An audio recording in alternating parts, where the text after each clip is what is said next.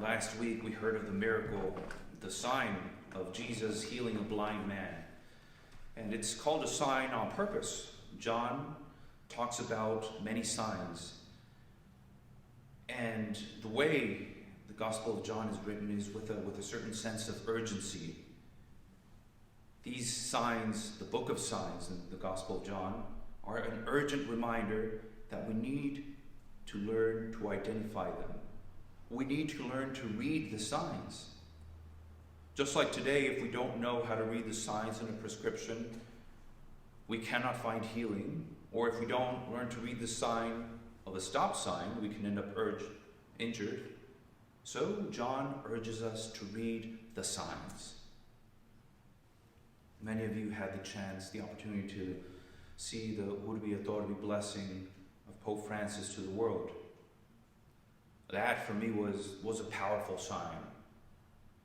There was the Pope limping his way to the stage, aided only by a priest, in the midst of a murky, empty St. Peter's Square. It was drizzling and it was dark. And here's the Pope, the Vicar of Christ, speaking to the emptiness, speaking to the darkness. And in his reflection, this is how he starts, considering the current state of Italy and of Europe, and more our own. He says the following words: "For weeks now, it has been evening. Thick darkness has gathered over our squares, our streets and our cities. It has taken over our lives, filling everything with a deafening silence and a distressing void that stops everything as it passes by. We feel it in the air. We notice in people's gestures, their glances give them away. We find ourselves afraid and lost." The signs of public revelation have indeed ended in Scripture, but the signs of the Spirit, the signs of the times, continue. And we need to learn to discern these signs in our lives. And maybe a sign in your life, in my life, is that this darkness has taken hold. The darkness of the tomb of Lazarus, the stench of fear has pervaded our hearts. What is going on? What will happen tomorrow? I've shared before that I think there's the communal aspect of what's going around with coronavirus. I find it profoundly humbling for all humanity, for us to fall at our knees at something so small. It is humbling for us. But then there's also personal signs. God reaching out to us, speaking to us. What is your call in all this? How do you read this sign of quarantine, of uncertainty, of anxiety?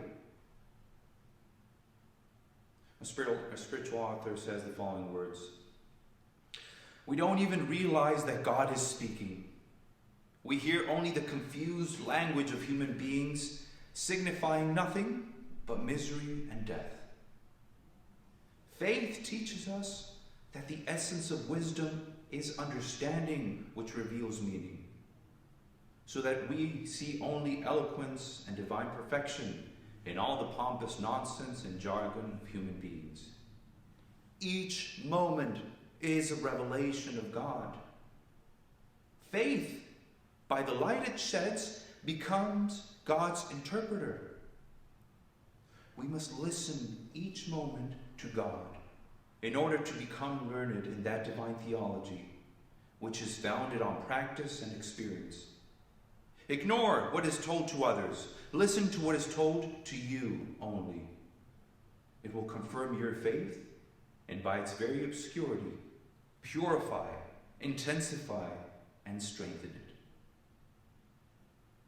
Faith is God's interpreter for us to read signs. Faith is a translator between my current reality as dark as it may be, and God. Faith is a translator between sign and meaning. And we need to learn and relearn to cultivate faith, especially through prayer in times like this. Prayer is that space that we create when God speaks to us and gives meaning to these signs. A parishioner once told me, "Father, I've tried that whole prayer thing and it just doesn't work." And I told him, "Oh, I agree. Prayer doesn't work?" "Well, what do you mean?" "Well, if we see our relationship with God only in transactional terms, only in asking and receiving, of course it's not going to work." "What do you mean, Father?" "Well, some people, when they pray, they only see it in those terms. I identify a need in my life. I convince God that that need is good, and I ask Him to fulfill that need. If I get it, I'm happy. If I don't, I'm disappointed and hurt."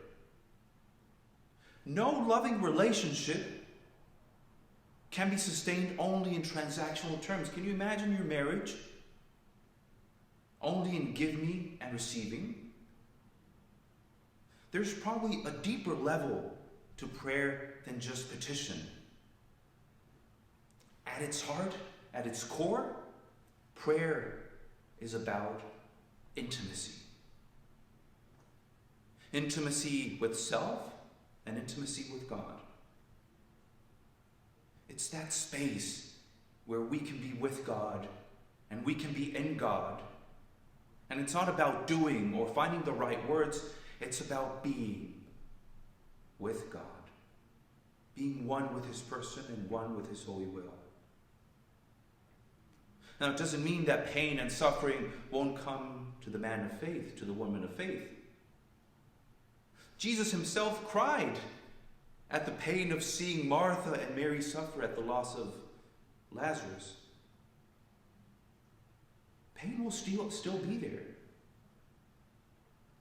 And it'll probably be even deeper pain because we're more connected to the others and to their suffering. But when we see life with the light of faith, there's that meaning, even in pain, even in death. There's another instance in today's gospel that we hear that Jesus suffers to His core. That's what the Greek word means, feeling into His core. And that's not only at the suffering of Martha and Mary, but also at the lack of faith of the Jews. That they're not able to see beyond, they're not able to read the sign, they're not able to see truth standing in front of them. So we ask God to increase our faith, to increase our capacity to translate what's happening in my life in the eyes of God. We ask God to dispel all darkness with He who is our resurrection and our life. And to finish up with Pope Francis's prayer at the Urbi et Orbi blessing.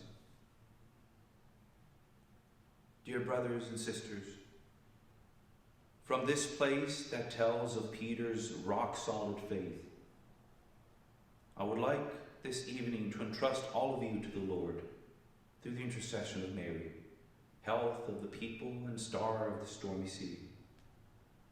From this colonnade that embraces Rome and the whole world, may God's blessing come down upon you as a consoling embrace. Lord, may you bless the world, give health to our bodies and comfort our hearts. You ask us not to be afraid, yet our faith is weak and we are fearful. But you, Lord, will leave us at the mercy, but you, Lord, will not leave us at the mercy of the storm. Tell us again, do not be afraid. And we, together with Peter, cast all our anxieties onto you, for you care about us. Sacred Heart of Jesus, I trust.